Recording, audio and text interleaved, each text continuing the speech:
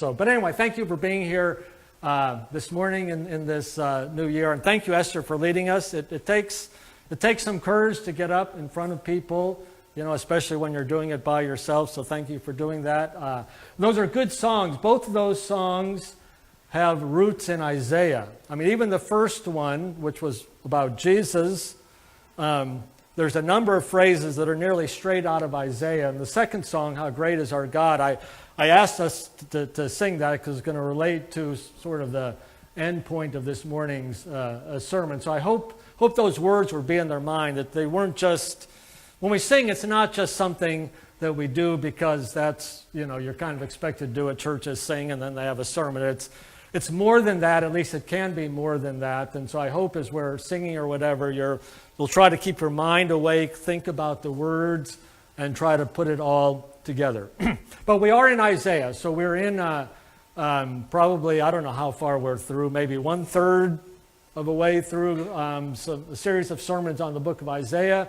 If you've been reading it, keep it up. If you haven't started to read Isaiah, then I encourage you to do that. You could aim for one chapter a day or something like that. But at whatever pace works for you, I think if you read along, it'll be helpful, because as I've been reading again for Isaiah for this series, I'm kind of just started my third time reading it in preparation for this series. I keep finding these great verses that I've marked and had marked decades ago, and I think, I got to preach on that, and I realize I'm probably not going to get that into a sermon. I see another passage and think, well, that would be a great sermon, but it probably won't be a sermon. There's so much great stuff in Isaiah, and you'll miss it, if you don't do some of your own reading as well. Isaiah was an amazing communicator, better communicator than I am, so if you want to skip the sermons and read Isaiah, it will probably actually benefit you. I hope the sermons benefit you, but Isaiah will benefit you. Last week, we were looking at one of the themes throughout Isaiah, and we're going to do the same today. And like last week was full of a lot of scripture. We read a lot of different places, very text-heavy. Today is going to be the same way, because we're going to look at another theme throughout Isaiah. But last week, we looked at the theme of justice in Isaiah, and I just pointed out, one of the things I've noticed this time reading it through was how often Isaiah has justice and righteousness. So I just took a picture of a few of the places, that I had marked where these come together. And these ones especially are ones I didn't even read last week, most of them. Even though you thought I was reading a lot from Isaiah, there was lots of things, last week's sermon could have been 2 hours, so you're welcome. It wasn't 2 hours. This week's sermon probably could be also, but, it won't be. But just a reminder that justice and righteousness, it comes through this repeatedly. It's an important theme for God that there be justice, and that God's people speak in support of justice and act justly as much as we can in the world. So that was last week's sermon, justice in the book of Isaiah.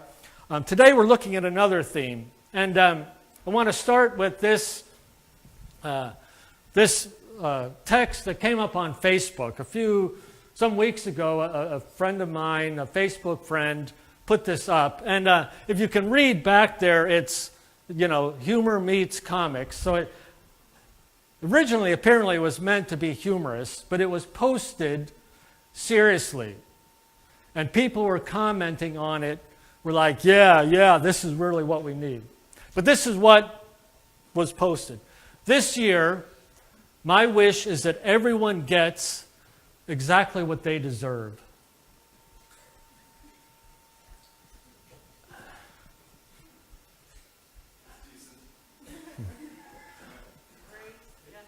Yeah. Yeah. I mean, it is scary if it was true, and thank God it's not. I think that can only be said seriously by someone who is very much not self-aware, who is really self-deceived and doesn't have an accurate view of themselves. Because if that person gets what he or she deserves, that person is in trouble, like the rest of us. Okay, this kind of, I mean, there's a kind of pride there that somehow if people get what they deserve, I'm going to come out okay. Because there's this huge list of other people we can talk about. And all the labels, political and moral and other kind of labels. There's those people, they need to get what they deserve, but I'm going to be okay. Great lack of self-awareness there.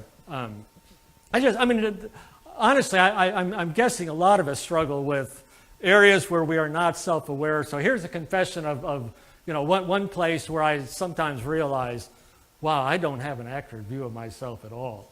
And it's this. A lot of what I do, a lot of my work here, outside of church, where there's a few of you who are closer to my age, but a lot of what I've done in Latvia for 20 years is with people who are, at least 10 years younger than I am, or more than that. And so I'm so used to kind of, people who are younger that I just sort of have read myself into that age category. And so I often think, I'm that age, I'm around 40. I'm not. But I sometimes like when I'm waiting for the train and I see people, and like on public transportation, I generally don't look at my phone and that kind of thing. I observe. I like to observe, and generally it's good, but sometimes I don't know why I make certain judgments, but I look at people and, that person's kind of old and so forth. I look at people and think, well, that person is pretty old.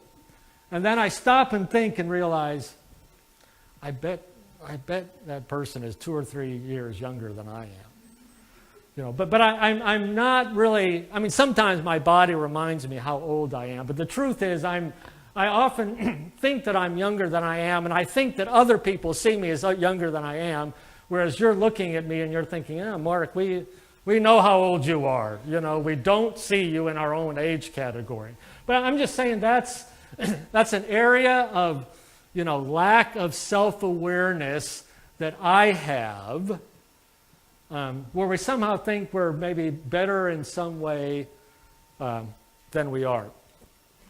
Here's, I don't know if how many of you are familiar with Calvin and Hobbes. This has stopped being produced a number of years ago. A few of you have read this comic, Calvin and Hobbes. So Calvin is a 6-year-old boy.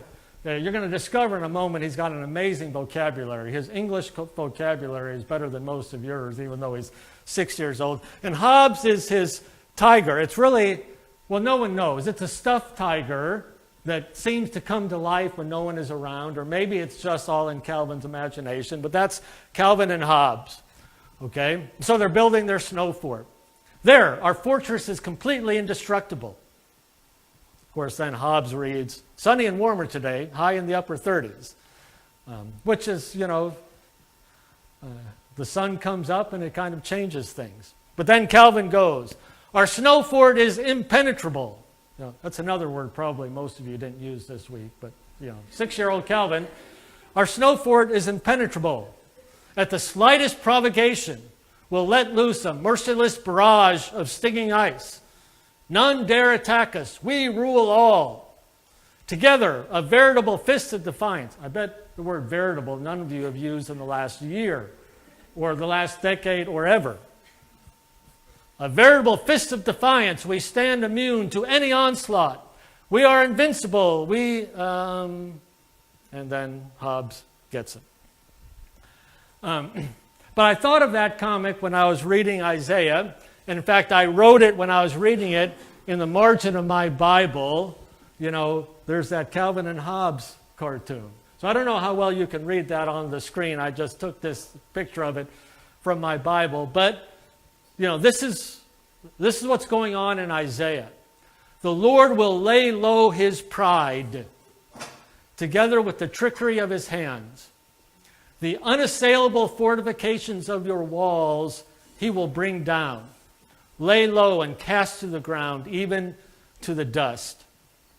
So the theme I want to talk about today in Isaiah is the problem, the danger of pride, and just look a little bit about at least Isaiah's solution to the problem of pride. I don't know what I need. I probably just need to see a counselor, to help me to just accept the age that I am.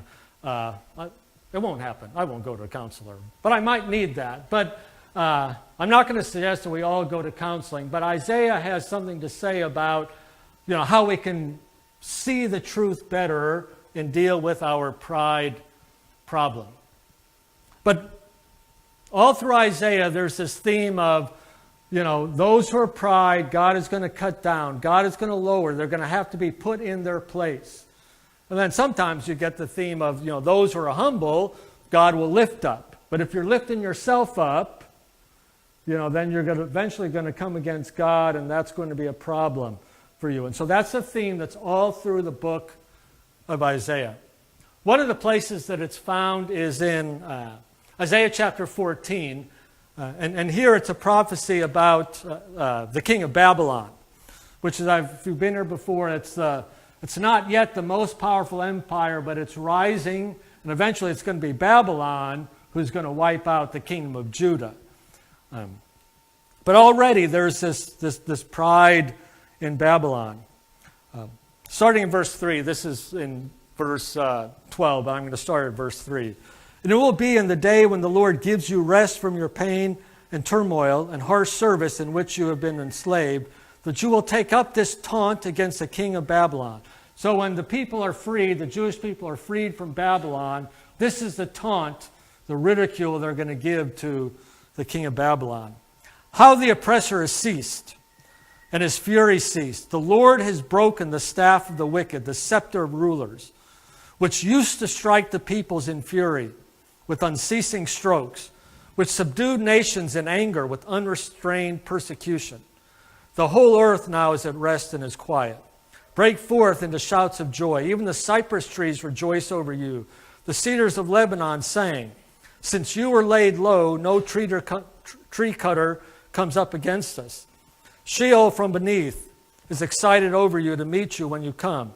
It arouses for you the spirits of the dead, all the leaders of the earth. It raises all the kings of the nations from their thrones. Basically, when you die, those who have died before you, those people you have wiped out, you're going to have to face them, and they too are going to take up this ridicule. They will respond and say to you, even you have been made weak as we. You have become like us. Your pomp and the music of your harps have been brought down.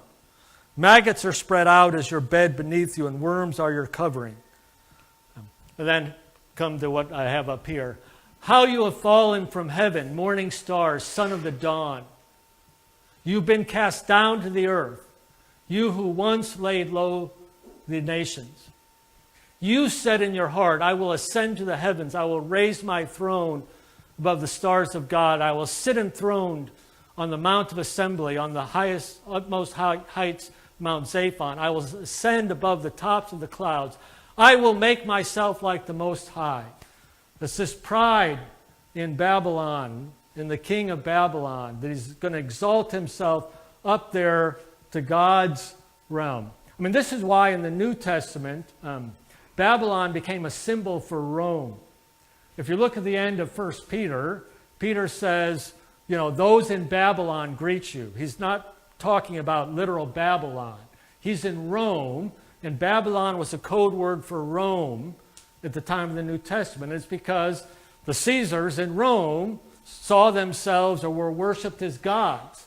They had the same attitude, and so that's why you see Babylon in the New Testament, even though Babylon was no longer power. It's about Rome, but it's the same attitude. It's this pride. It's going to exalt itself up there with God. But you are brought down to the realm of the dead, to the depths of the pit. Those who see you stare at you, they ponder your fate. Is this the man who shook the earth and made kingdoms tremble? The man who made the world a wilderness and overthrew its cities and would not let his captives go home? All the kings of the nations lie in state, each in his own tomb. All those other guys who died, maybe even who you killed, they were at least buried normally, and they've got, some kind of honored place where they're buried. But not you. You don't even get that now that you're dead and nothing. But you are cast out of your tomb. You're rejected like a rejected branch. There's this image of the branch in Isaiah, which is usually a positive image of God bringing life, new life, but no, not for the king of Babylon. He's a branch that came up and now he's cut off and is just burned. It's nothing it will amount to nothing. You are covered with the slain, with those pierced by the sword, those who descend to the stones of the pit like a corpse trampled underfoot. You will not join them in burial, for you have destroyed your land and killed your people. Let the offspring of the wicked never be mentioned again. Prepare a place to slaughter his children for the sins of their ancestors. They are not to rise to inherit the land and cover the earth with their cities. Pretty drastic language there at the end, but it's just the point of the higher you fall, I mean, you've heard that cliche, the higher you rise or climb, the harder you're going to fall. You exalt yourself up to God, he's going to cut you off and you're going to be down and nothing. It's the danger of pride, the problem of pride. And so, in Isaiah, one of the examples of pride is the pride of nations and its rulers. In fact, there's in chapter 10, the king of Assyria, it's kind of quoting the king of Assyria, and he says, by the power of my hand and by my wisdom I did this. I have understanding. I figured this out. I created this success because I'm so smart and I'm so strong. I did it. Of course, he too had to be cut down and is gone. So there's that pride of nations and leaders and the danger of trusting in them, trusting in their power. They're trusting in their own power, and then people choose to trust in their power. You choose to trust in the proud. Where are you going to be when those proud people are cut down? Okay, what you trust in. Another example of a kind of pride that we see in the book of Isaiah generally comes in the form of Isaiah talking about a city, the cities. So you have a lot of prophecies about the cities. Specific cities are just the city, generic city. And cities seem to stand for cultures, for civilization, for a lifestyle that has been built up in a particular place. And one way to illustrate this and kind of, I want to try to make this contemporary because, Isaiah is, wow, I mean, it's a 3,000-year-old book. And you might think that's just, it's a bizarre kind of literature. It's a different time. And does it relate to us? And I hope we can see how, what Isaiah wrote 3,000 years ago, you can still see examples of it. And there's still the similar danger of pride that we have. By the way, I like this image of the Jenga game, where, if you've ever played that, you build up, with these wooden pieces and you slowly pull them out until eventually, it falls over and you lose. But, someone who's doing real well and proud of himself, and then suddenly, I can do it, and you pull out one of them, So anyway, that's this Jenga game to me is a symbol of pride being shattered. But in Isaiah 22:2, it just says about a city, what is the matter with you now that you have all gone up to the housetops? You who are full of noise, you boisterous town, you exultant city. And so there's a prophecy about a city that was, full of life, and everyone liked to live in the city. Things were happening. The city had its nightlife and it had its market and all the good things, coffee shops and restaurants. They didn't necessarily have those back then. But it did have a market. Things were happening. There were, places where you could party and rejoice and all that kind of thing. So here's this city full of life. And people love living in the city, and look how cool we are that we live in their city. But now destruction, judgment is coming, and they're up on the rooftops trying to escape or to look for rescue, and there's not going to be rescue. But when I read that in Isaiah, I thought of a poem that was written just about 100 years ago. And I don't know if this is going to work for you. I kept going back and forth if I should try to illustrate it this way, but I'll try. About 100 years ago, there's a poem called Chicago, the city in America, Chicago, written by a guy named Sandberg. My last name is Sandberg, but he spells it wrong. He uses a U and E is the right way. So I don't think we're related other than our ancestors came from Sweden. But he was from Chicago, and this is a poem that he wrote about his city, Chicago. Hog butcher for the world, tool maker, stacker of wheat, player with railroads and the nation's freight handler. Stormy, husky, brawling, city of the big shoulders. So Chicago was a newer city at that time. It wasn't as old as Boston or New York or one of those kind of cities. It was in the center, and a lot of the railroad went through Chicago. So in terms of trade in America, it was a very important city. Like, all the western beef, all the cows, growing in the western, cowboys, all those things, all of that meat going to the East Coast to New York City, it all went through Chicago. So Chicago was an important city in a sense back then. This is Carl Sandberg City. They tell me you are wicked, and I believe them. For I have seen your painted women, that is the prostitutes, under the gas lamps, luring the farm boys. They tell me you are crooked, and I answer, yes, it is true. I have seen the gunman kill and go free to kill again. Chicago is the city of Al Capone. Chicago is the city of organized crime. This is where all sorts of murders were happening. People were with their machine guns and mowing. There's all sorts of movies that are made about Chicago in the 1910s to 1920s. This is the city this poem is about. And they tell me you are brutal, and my reply is, on the faces of women and children I have seen the marks of wanton hunger. And having answered so, I turn once more to those who sneer at this my city, those New Yorkers who think they're so much better than us in Chicago. And I give them back the snare and say to them, come and show me another city with lifted head, singing so proud to be alive and coarse and strong and cunning, flinging magnetic curses amid the toil of piling job on job.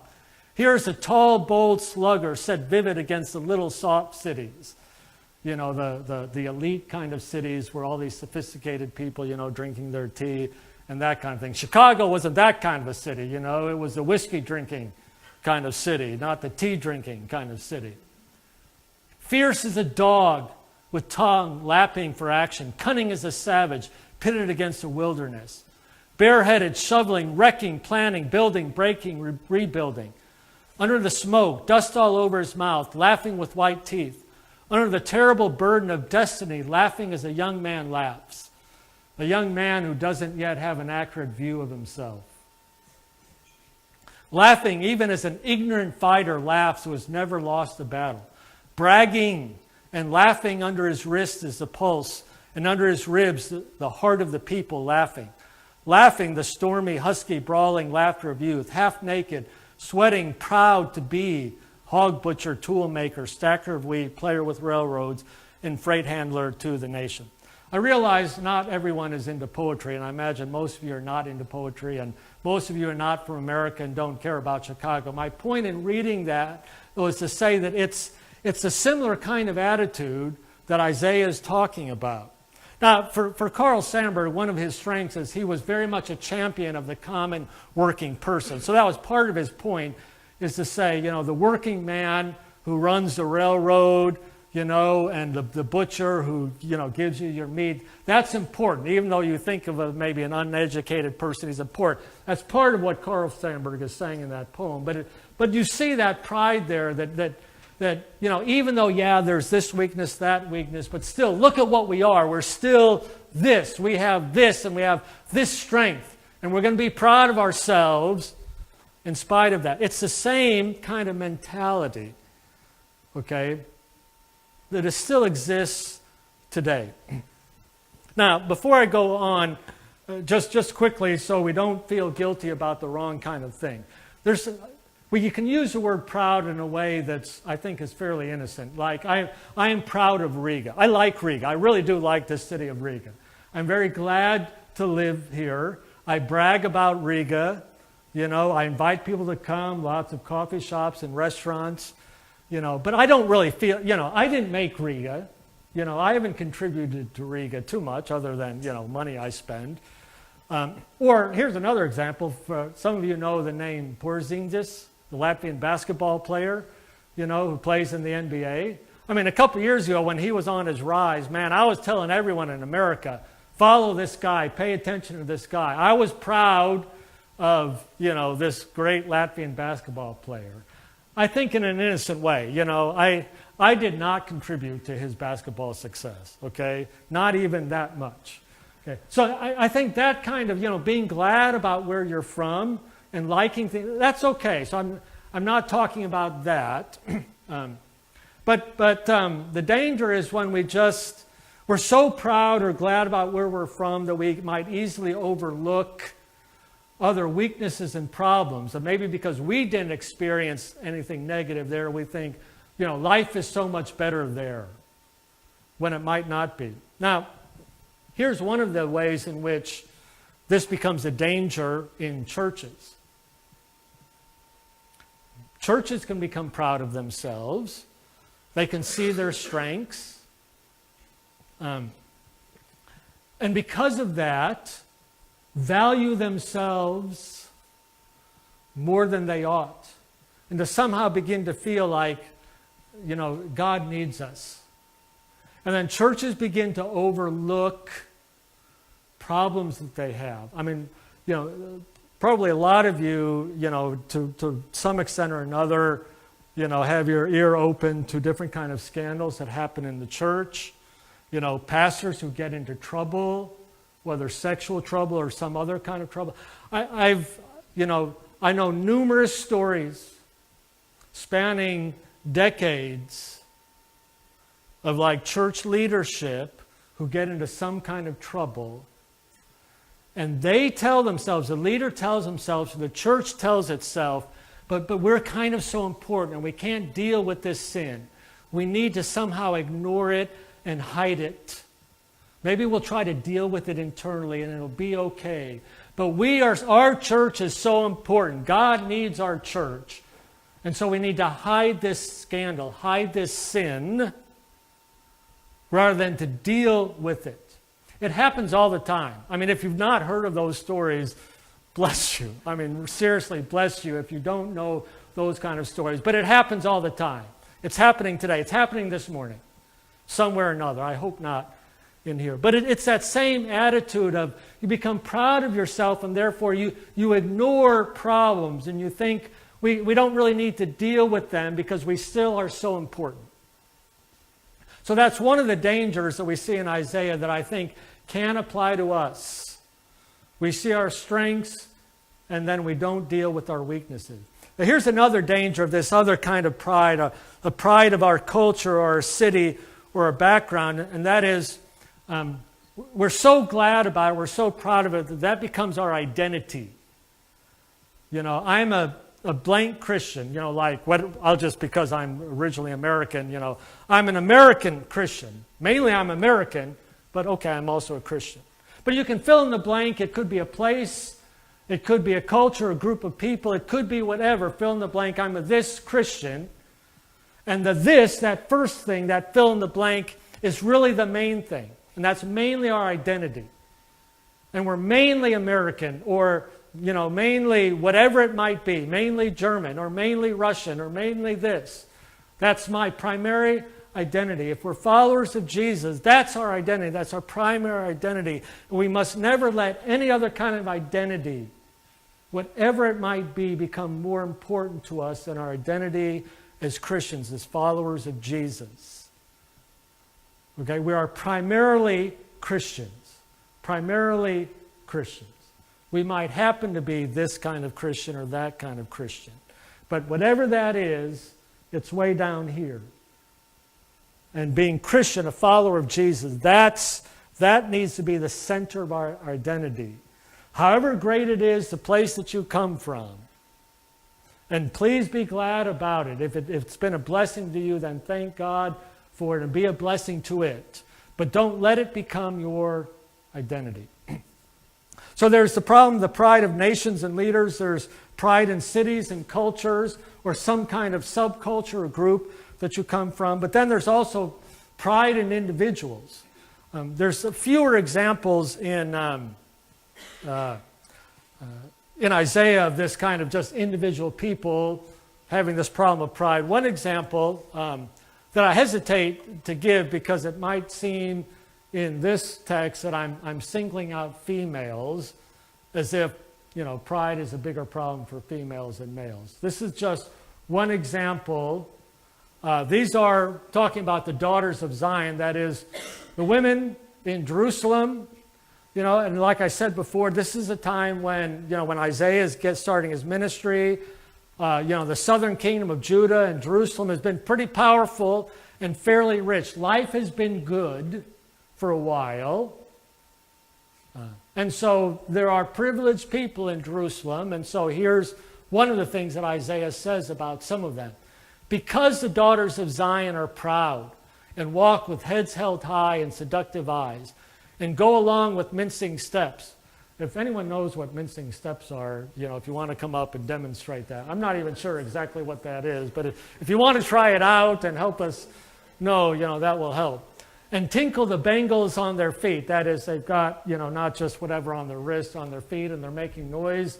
It draws attention to them. Therefore, the Lord will afflict the scalp of the daughters of Zion with scabs. And it just goes on and all these, really negative things about the daughters of Zion. Now, once again, I'm not trying to single out women as opposed to men here. It might even be that this needs to be taken, the daughters of Zion are simply anyone. It's not just necessarily females, but that's a way of referring to all the children of Zion, all the children of Jerusalem, male or female. Okay? But the point is, the danger of pride is not just in nations and people up there, but it's, we can all succumb to pride. We all need to check ourselves, evaluate ourselves. How are we seeing ourselves? Are we self-satisfied? Are we thinking we are okay? And we can just go on through life as if everything is normal and I'm okay. And if we all get what we deserve, we're okay. I mean, they got what they deserve. They've got the jewelry and the hair and all that kind of thing. So they must be pretty good because they've got these good things. God must be okay with them. But of course, he's not. So these are just some examples of pride in the book of Isaiah. But the fundamental problem, whether it's in nations and kings or cultures, is that it reflects an inaccurate view of self. People are not seeing themselves accurately. I mean, number one, they're probably seeing themselves too much, but they're seeing themselves in the center, whereas they are not.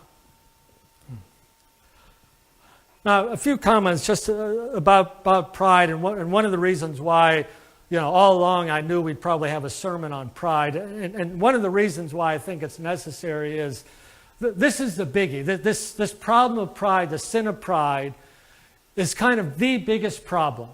I mean, all through church history, a number of theologians have said this is the central sin, the central problem, and pretty much all other problems come out of pride. C.S. Lewis, that some of you know, put it this way. Pride is a spiritual cancer. It eats up the very possibility of love. And when you think about that, that's really true. You can't truly love another person if it's still always a little bit about you. I mean, this is maybe why so often our love, even if it's real, is imperfect, because there's always a little bit of it that is still also about us. And it's hard to just love someone completely simply for them. It eats up the possibility of contentment because your pride can never be satisfied. You'll never feel good enough about yourself and feel like everyone else feels highly about you. You'll never have that feeling that I'm okay and everyone loves me and everyone thinks I'm perfect. You'll always be discontent if you have a pride in your heart, because there's always something more that you're going to need for yourself. Lewis says, even of common sense. Again,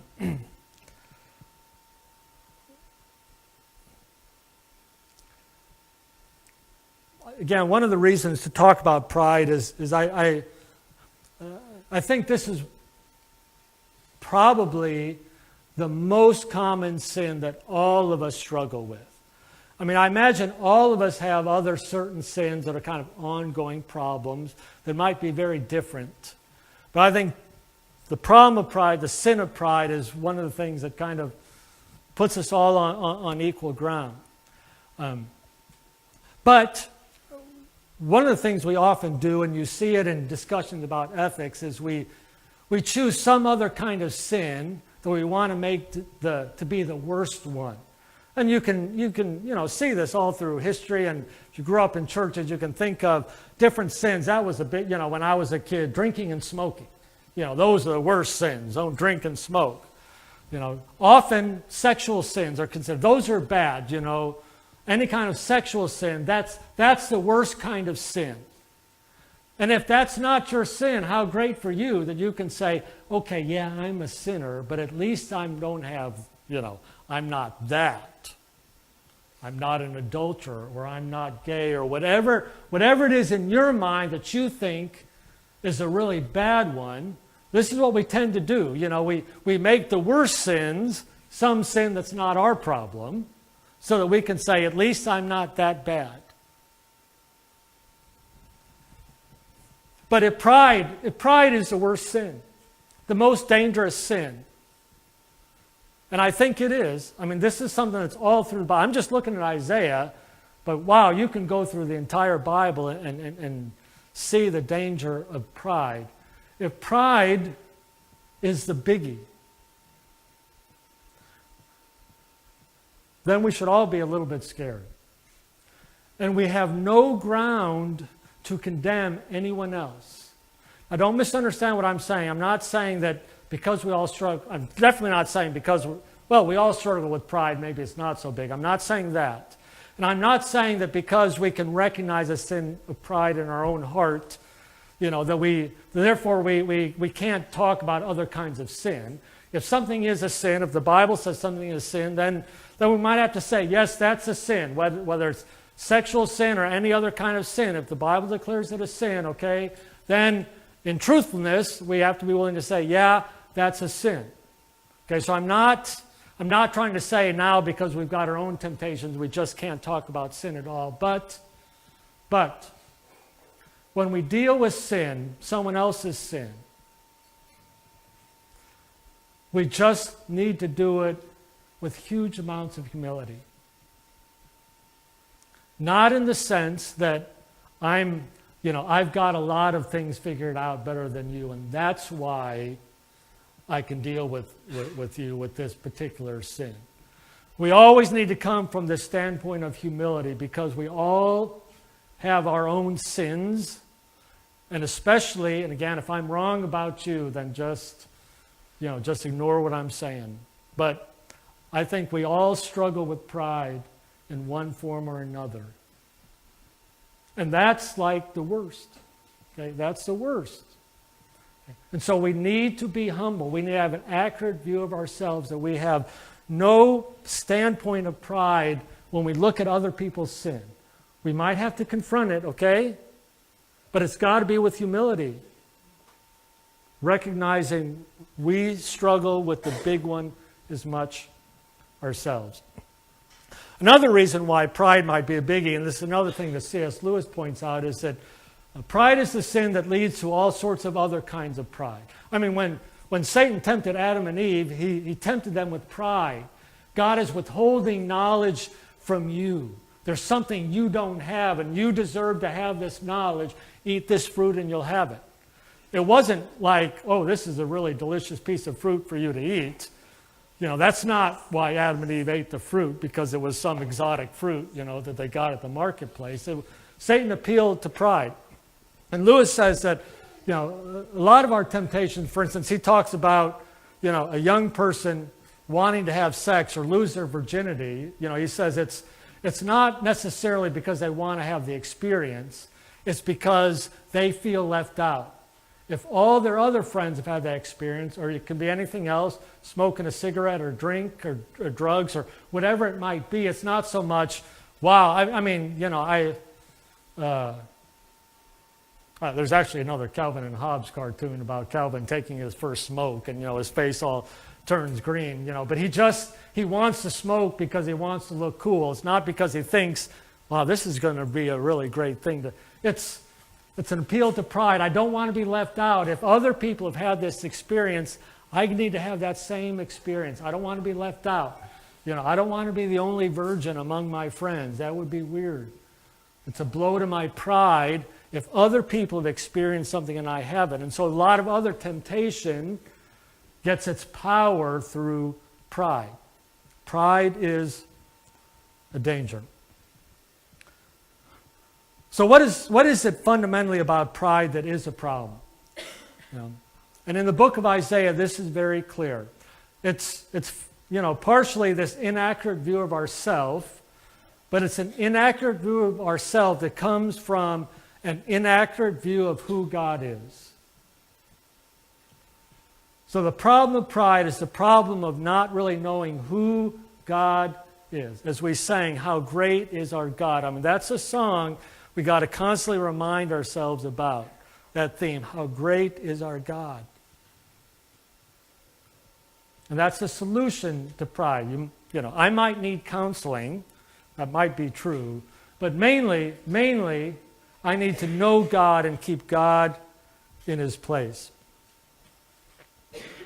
In Isaiah 14, at the end of that chapter where there's that, that taunt against the king of Babylon who lifted himself up, at the end of that chapter, it says, this is the plan devised against the whole earth.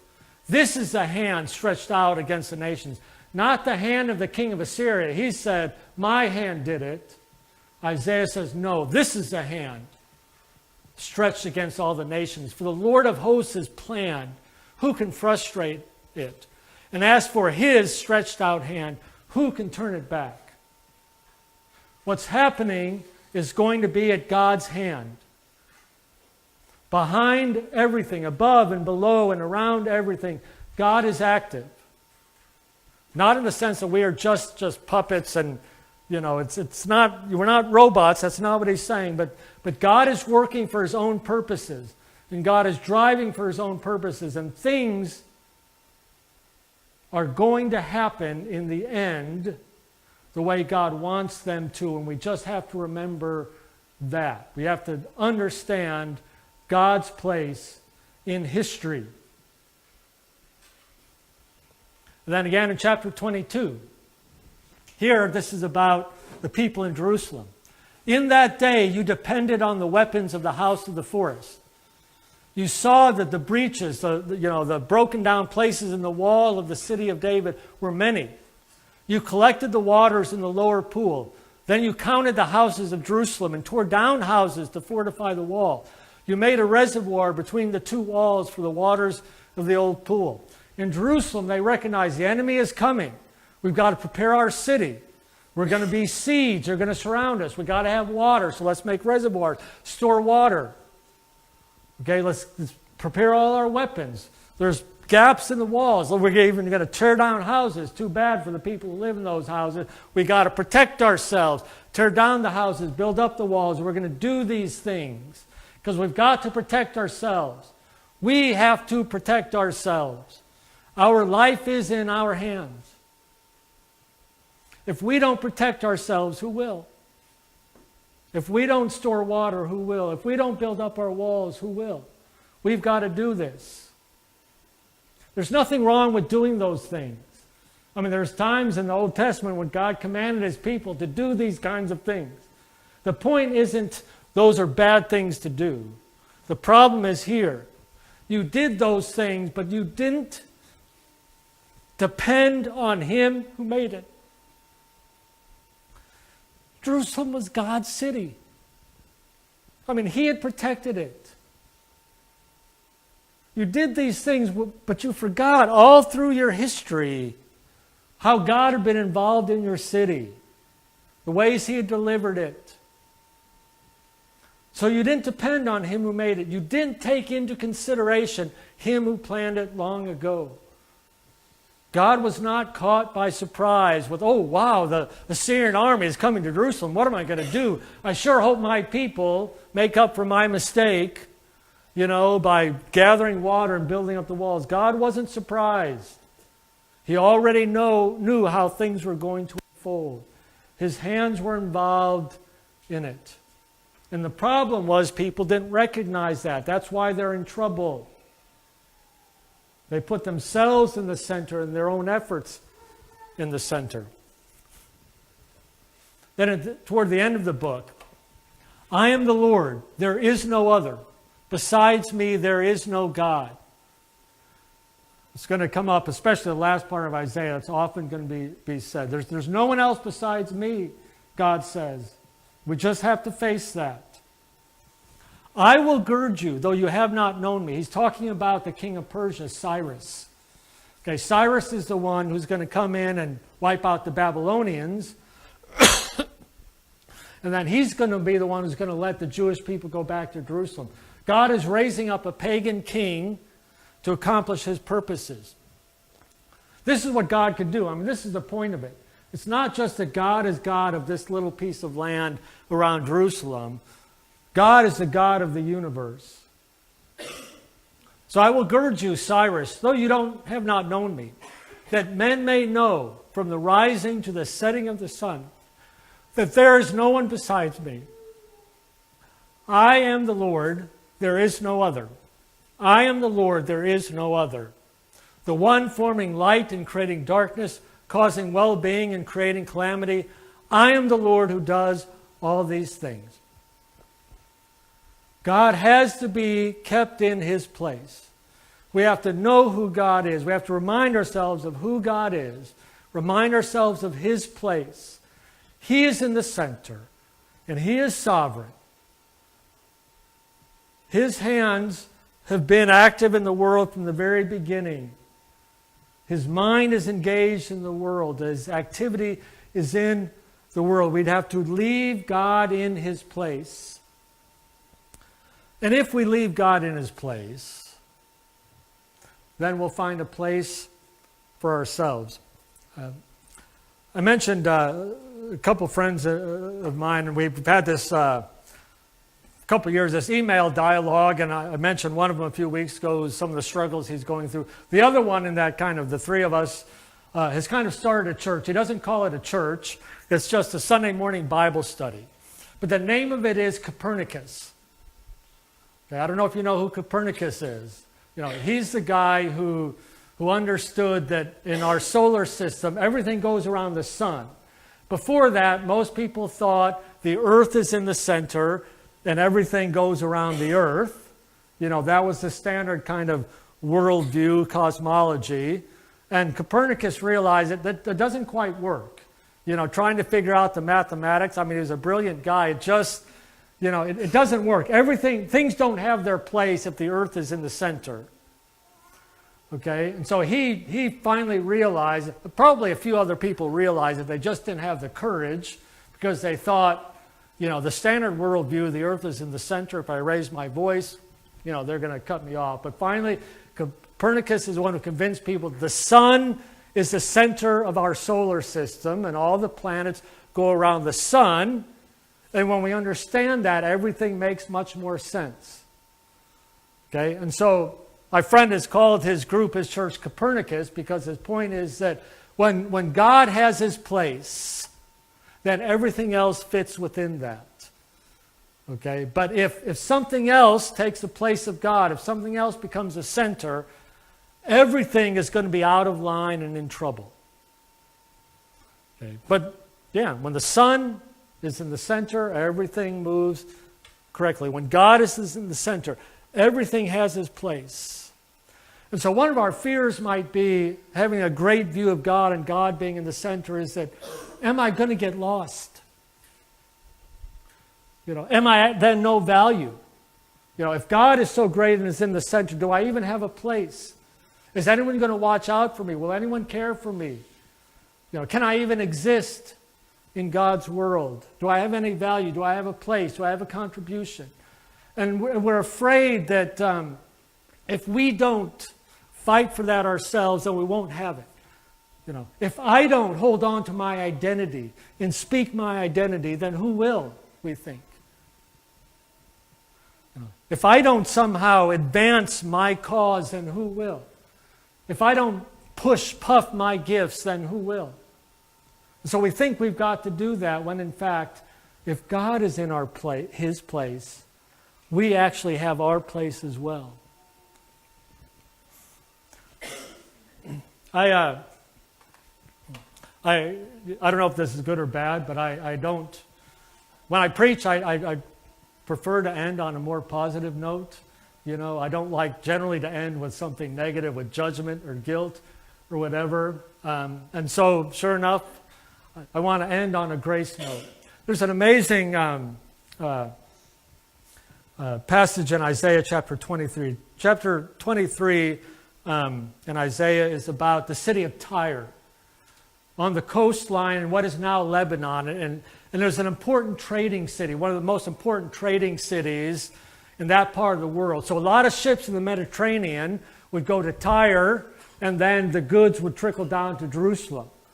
You know, so economically, it was very prosperous. Kind of everyone left it alone because of their trade.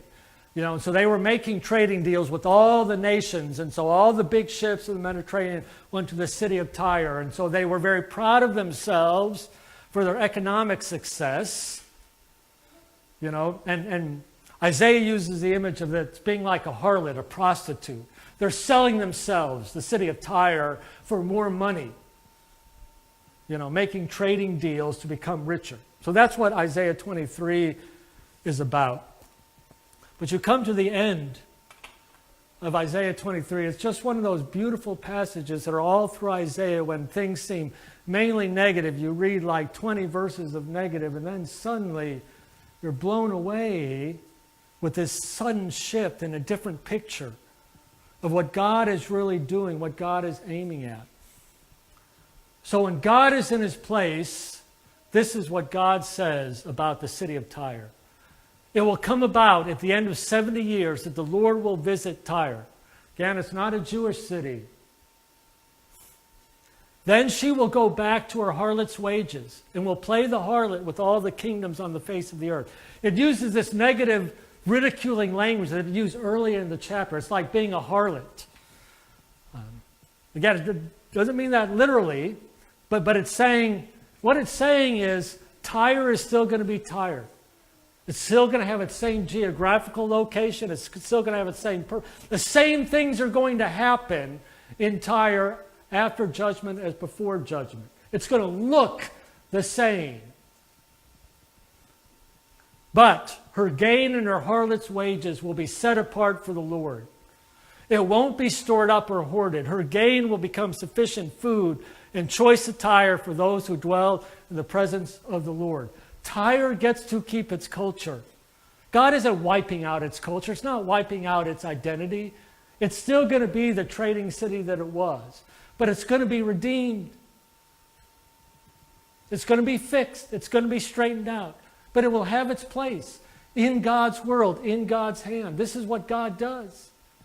He doesn't wipe out people and their identity and their culture. He establishes it, actually. As long as they keep God in his place, they're going to have their place. As long as you keep God in his place, you're going to have your place. And God will establish you, and God will use your gifts, and God will secure your identity. You will keep who you are. You will keep your identity. But revolving around God, you'll have your place. You'll lose your place if you don't keep God in his place. You'll be like the king of Babylon. If you want to maintain your identity, you've got to keep God in his place. This is the God that we have. This is why we can trust him, why we don't need to be proud. Because the kind of God that we have is a God who created us in all our differences, our uniqueness, who created our identity. He cares about it. Okay, he will protect it. He will keep it, and he will use it. We are safe in God's hands. We can trust God. If we can trust God, then we have no need to advance or exalt ourselves because he's fully trustworthy with us. Let's pray.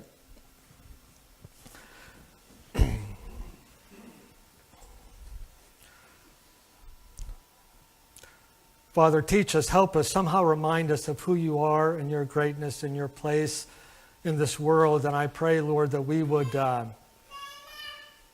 take the steps, undergo the discipline or whatever it might be to remind ourselves of who you are and to keep you in the center and to feel secure in you. Lord, help us to know how great you are and how loving you are and how totally safe and secure we are in your world as long as you are left in your place.